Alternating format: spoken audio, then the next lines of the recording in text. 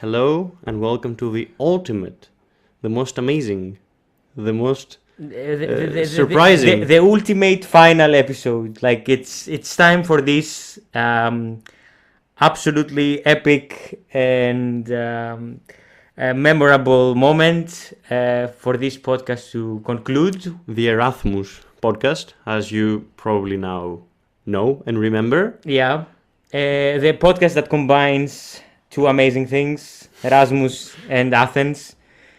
On the microphones, Nikos Dionysatos. And Iasonas Kolyvas. And we got a transatlantic visit today. Because it's time for the United States to make their appearance in this podcast. We wanted to book Kimberly Guilfoyle, but instead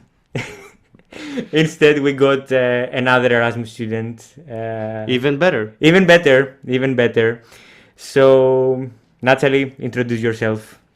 Hello, everyone. My name's Natalie. I'm really honored to be here. I hope you can insert maybe eagle screeching sounds, in post. But yeah.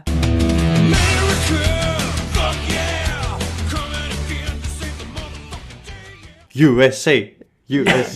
Perfect. So, Natalie, tell us more about yourself. Like, what do you study? And, like, which part of the States you come from? The works. All very interesting questions, because how does an American end up on Erasmus is a common question I do get. So I am from Kansas City, outside Kansas City. Very clear distinction, though. I'm from the Kansas side, not the Missouri side. That's very important.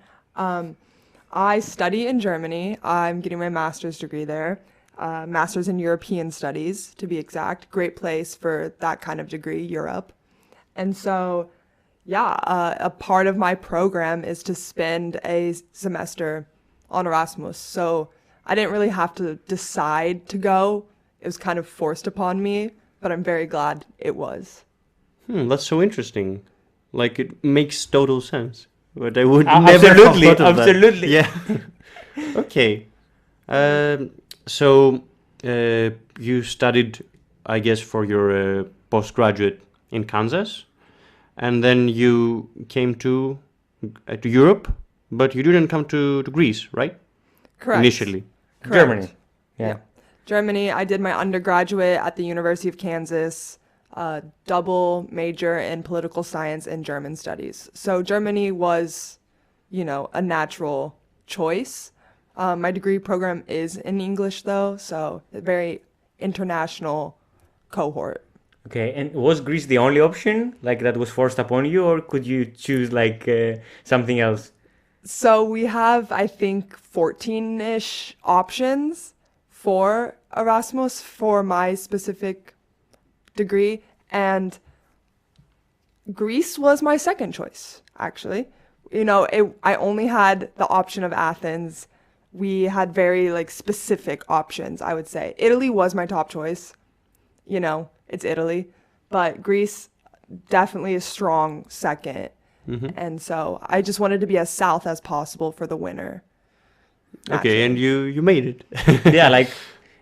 We are the southernmost country in Europe. Like, Gavdos is Cyprus. No, yes. Gavdos is like the most, really? The southernmost place in Europe. So okay, yeah. That's solid. Cyprus was an option, though.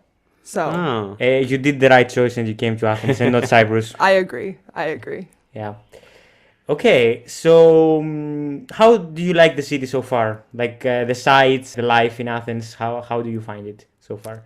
I love Greece. I visited very briefly in 2023, an island, though, I will clarify, because, Athens, very different from a Greek island. I really like the contrast. There's nothing quite like going on a weekend trip to an island and then coming back to Athens and just dropping off at Ammonia Square. You're really immersed in, the culture and the life of Athens. No, I actually do really. You can smell the culture in Ammonia, you can feel it. Yeah, maybe not the most charming part of the city, Ammonia Square. No, but important to point out. But I really, really do like it. I think it has its quirks. I think it's important to note that Berlin is one of my favorite cities ever. So it's kind of similar to like a Greek Berlin. Yeah, many people say, although, okay, it sounds a bit funny, but maybe one day that Athens is the new Berlin or something. And they do have some similarities, like in the sense that Berlin isn't trying to be a stereotypical European city, and Athens the same, but maybe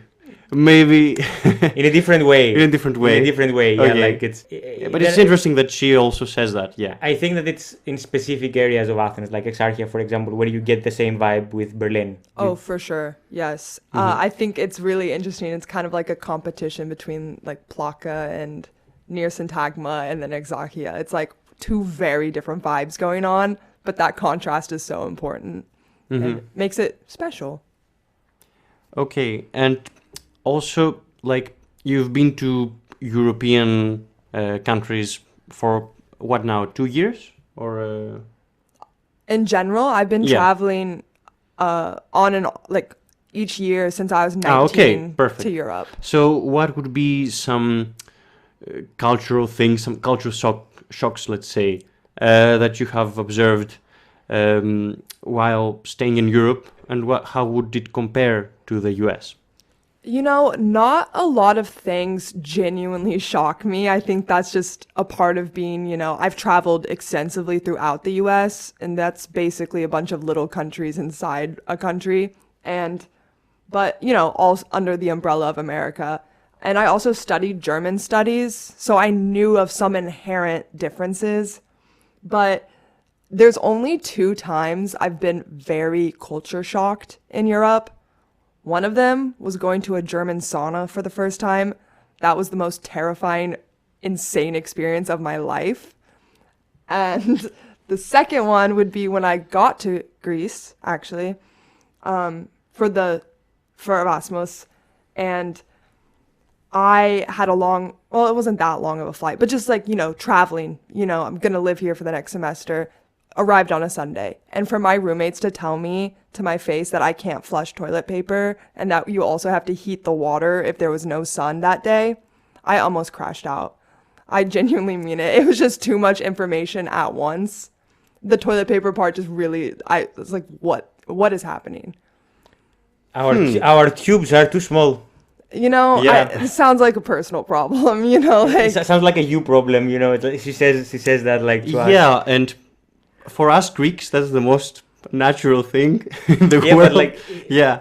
like, after my Erasmus experience in Germany, it got me some time to readjust to like actually not throwing the paper in the toilet. Yeah, and it's so interesting because in Greece we have in all toilets, for example, in a restaurant, there are always these signs that say don't flush the toilet paper. And for me, when I was younger, I was like, yeah, okay, but who the fuck would do that? The rest of the world, What crazy I swear. person would throw toilet paper in the toilet? But it looks like there are many people who Yeah, do most that. countries around the world actually. And also like I remember myself in kindergarten. I remember, you know, the teachers there telling us in a very strict manner that if you do that, it's the end of the world. Like if you throw a paper in the toilet, you are dead. You are cooked. Like it's the worst thing that can happen to you. no, I don't know why, but I'm constantly in fear that if I accidentally forget, someone's gonna bust through the door and arrest me. It's the same feeling I get with separating my trash in Germany. I just am so scared someone's gonna come out of nowhere and arrest me. No. That will definitely not happen here. Yeah, but probably your toilet will have a problem soon. Yeah, Like if so it will yeah. be a you problem. Yeah, Yeah. like your plumber is gonna love it. Your plumber is gonna Yeah. love it. Right? They're gonna be rich. Okay, and about the German sauna, what? Yeah, Please elaborate. it's Yeah. nothing like a Scandinavian sauna because I've talked to Finnish people about this experience. No, it's literally co-ed saunas. So you walk in and it's just a bunch of naked old men. And it's genuinely terrifying. So that's the experience. And also German, old naked men. Yeah, it's a lot to Yeah, it's a lot to take it's, in. Yeah. Yeah. Okay. So interesting. Interesting, yeah. Yeah. Also, I would add to the cultural shocks the story that Natalie told us before, like about Mr. Tunis. like the former ambassador. Yes. Like, please tell that to the podcast. I need it. Oh, well, okay. So 2 years ago, 2023, I was studying abroad in Germany during my bachelor's degree. And I decided I wanted to go to Greece. And so booked a flight to Mykonos. And from Athens to Mykonos, I sat next to the former U.S. ambassador to Greece. Well, he was the current at that point. And I had no idea who he was, but I heard him speak, obviously, American English. And so I was like, oh my God, where are you from? You know, as any American would do, because we're just want to know everything.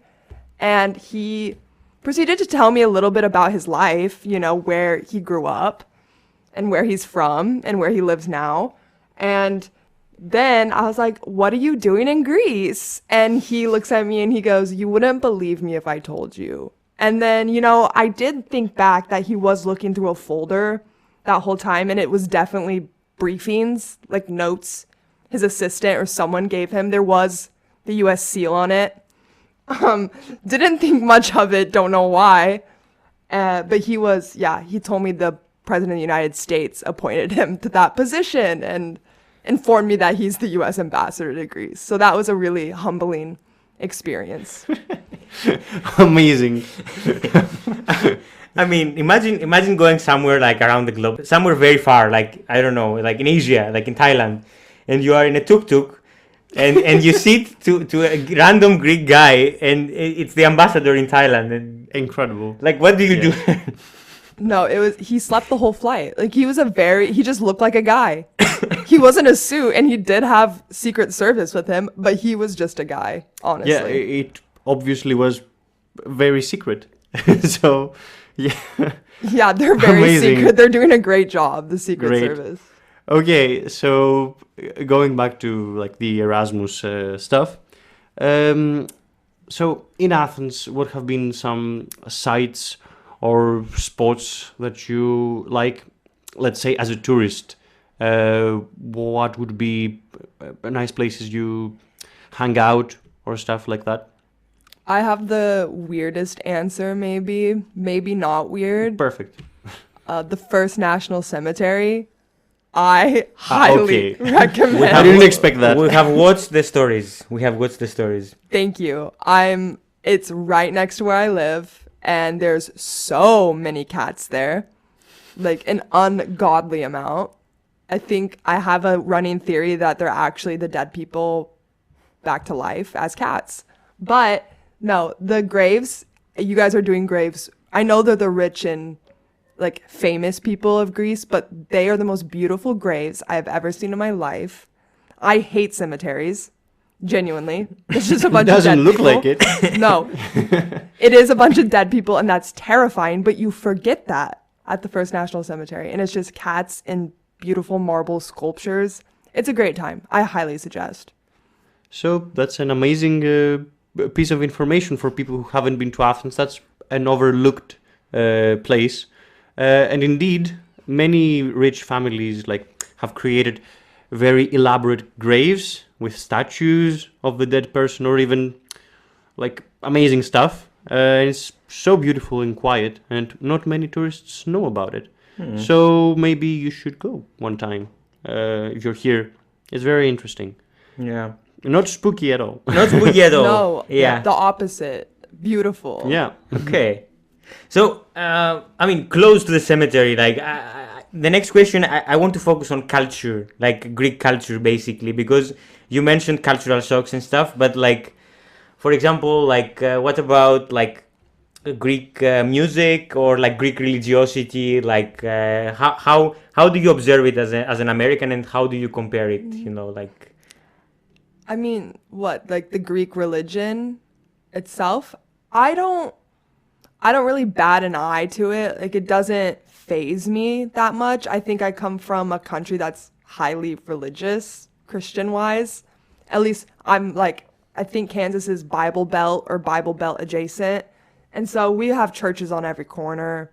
I was raised Catholic, so again, seeing priests in their garb doesn't shock me at all. I have found like a couple things interesting.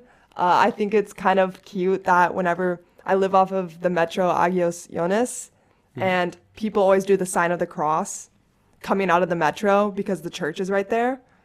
And so that's a little cute. And I also find it very interesting in the churches, like old people or just kind of people in general, like kiss the saints. I've never seen that before. So that was like, whoa. But other than that, it doesn't faze me, honestly. And then the music, I want to hear more music. Like I just need like more people playing random Greek music in the streets, honestly. Perfect. I love it. Yeah. Okay. So yeah, these things are very natural to us. Like, yeah, indeed, in Orthodox Christianity, you're supposed to make the sign of the cross when you see a church. And also we kiss the icons inside the church as a form of, I don't know, paying respects to the saint. So you don't do that in Catholic? No, Yeah. we do not do that at all. And my grandmother was the most Catholic woman I've ever met in my Okay. life. So, I think I would know, but I don't think we do that, no. Maybe there's a different understanding of religiosity. Okay.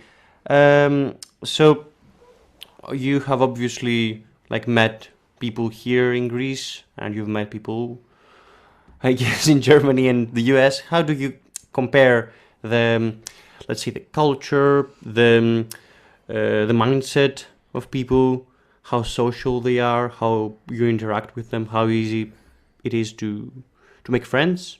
Yeah, I mean, being from the United States, living in Germany, on exchange in Greece, those are three very distinct cultures. And where I'm from in the US, I'm from the Midwest, so also a very distinct region. The South has its own mannerisms, the East Coast, the West Coast, the North. We all are very like different. And the Midwest is pretty well known for being like really kind. Like Midwest kindness is a really big quality we have.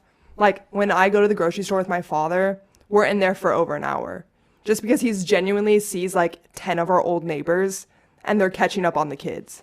Like it's actually genuinely very sweet, and it's something I really miss when I live in Germany because, Germans are also really kind. They say when you make a German friend, you have a friend for life, but it's about getting to the friend part that's a little, takes a lot longer. They really value deep trust and respect, very private people.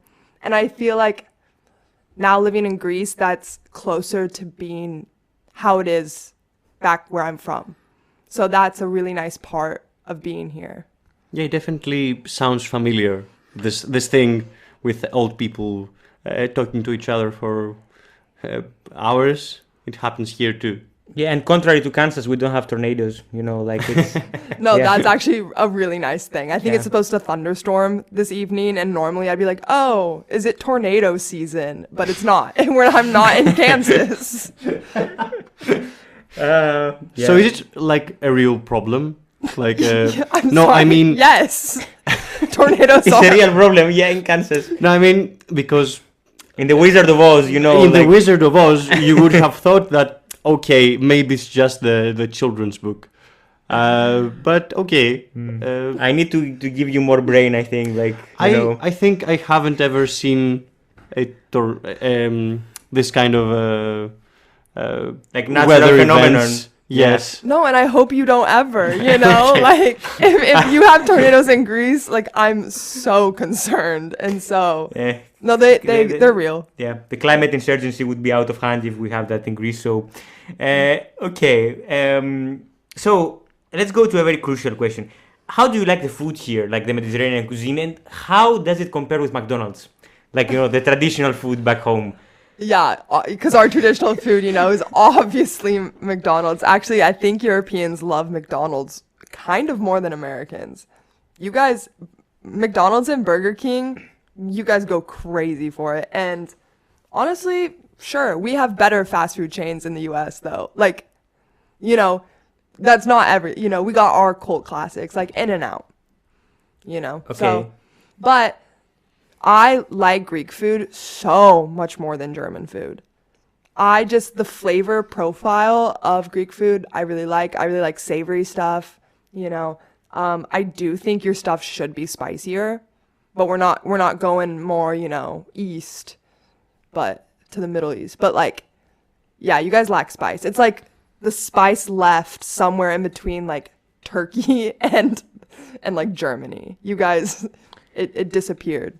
We tried to cleanse the cuisine from the Oriental elements, so I can tell. yeah, we had some progress in that, I think. Yeah, I think Greek cuisine is a combination of like the local, from like continental Greece, the food we had here, and then many migrants from Asia Minor, Greeks from Asia Minor came, and they brought a bit more Middle Eastern cuisine, but maybe they didn't win in the spicy sense. The culinary war. The culinary war was lost. So like when you eat Greek food from Asia Minor, it's always a bit more spicy, noticeably so. But I think that they didn't manage to promote their spices as much. Yeah, I think they definitely left the chili at home. You know? But exactly. hey, that's all right.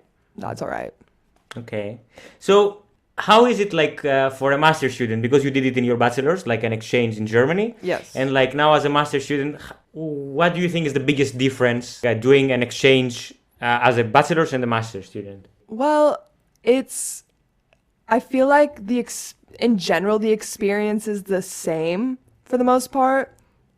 What's different is that I've done it before. Like I know ways to make myself feel more at home. I'm older, you know, that's a factor. So it's quite interesting, you know, meeting a bunch of 20-year-olds and you're just like, oh, cool.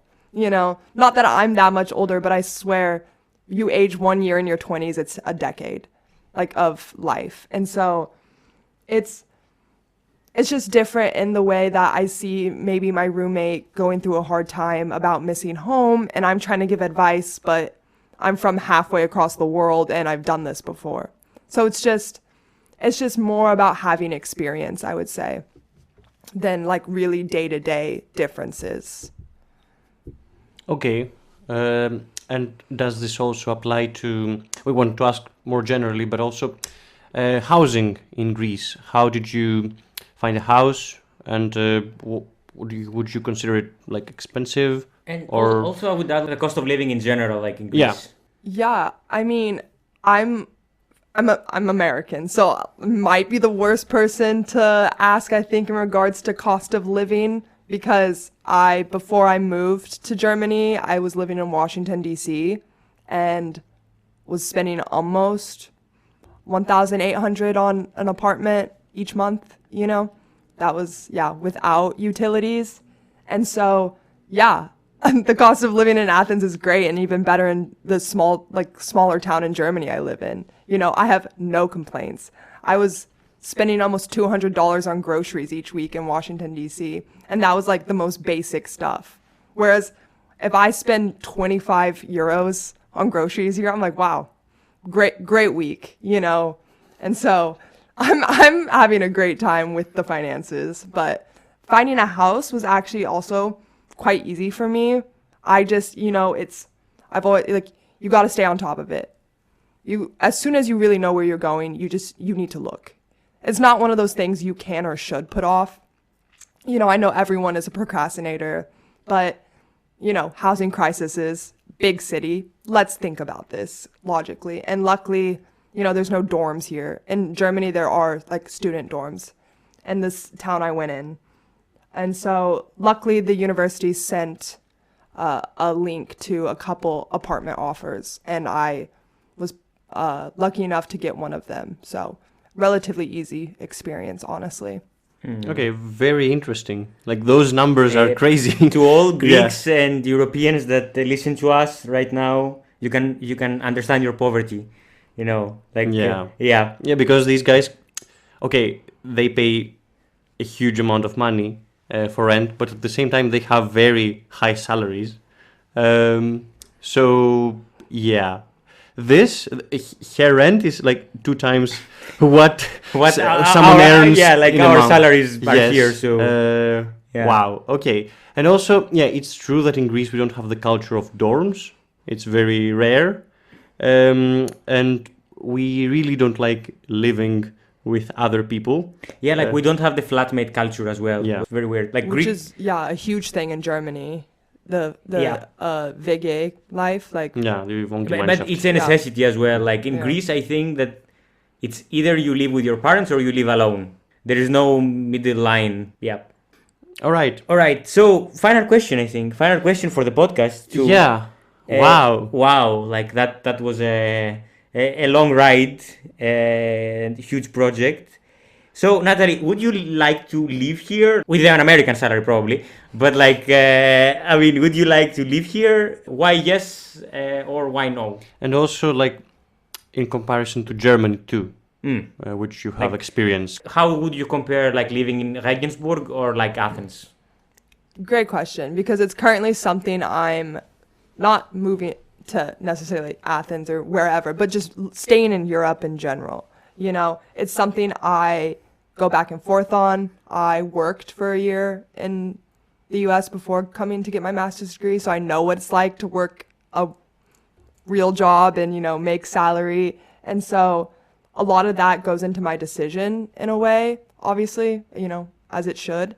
And part of me is like, oh goodness, like I could make 100,000 in the US or like 40,000 euros, you know, and that's just like doing the same work, but obviously cost of living is so different. And so it's a lot to consider, obviously also being halfway across the world from my friends and family. And the main factor in Germany or Greece is one, the language. I do speak a bit of German, and so the fact that I know very little to none Greek is a big factor here, you know? So I would consider, if there was like a US embassy job here, you know, I would consider that, you know, because that would be a US salary while living in Athens. But as far as, you know, a job in politics, I don't see myself living in Athens just because that's not my area of specialty.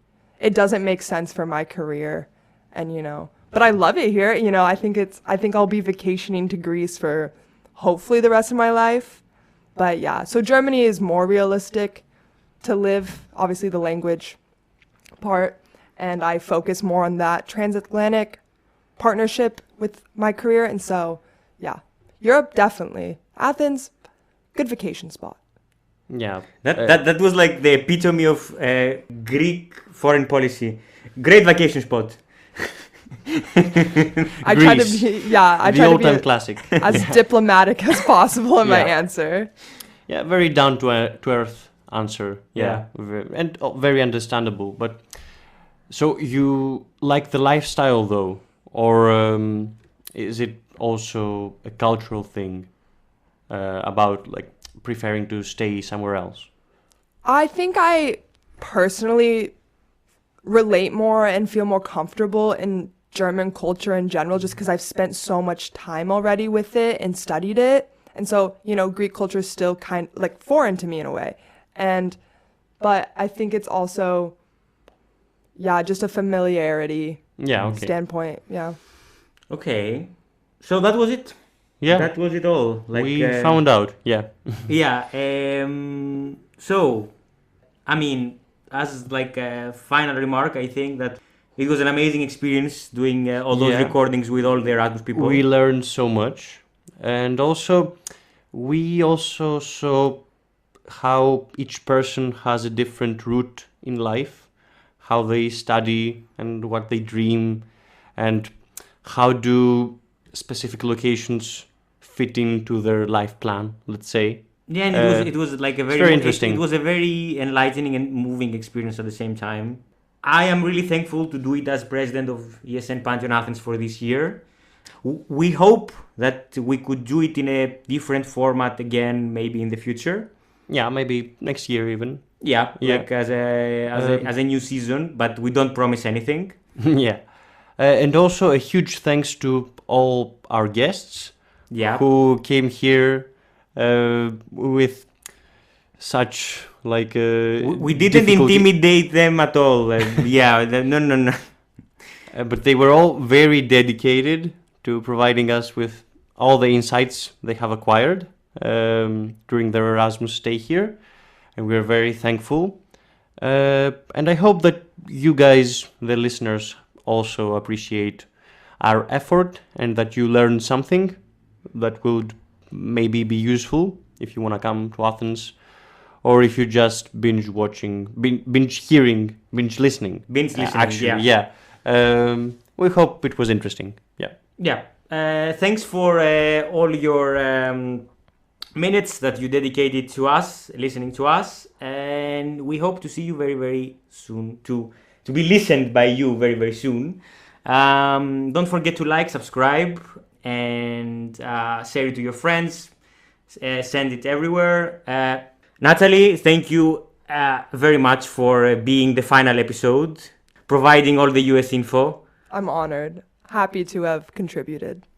Great. So, yeah. So now we normally say goodbye and the guest responds in their own language, but in this case... Yeah, like we can just say ta leme in Greek. Like, yeah, to make it even more special, you know, like we say goodbye in our language. So. Okay. So, τα λέμε παιδιά. Καλή συνέχεια. And you, Natalie? Bye. Goodbye, guys. Bye. Bye. Thank you, USA. You are my best friend. You are the peacekeeper. You are the legend.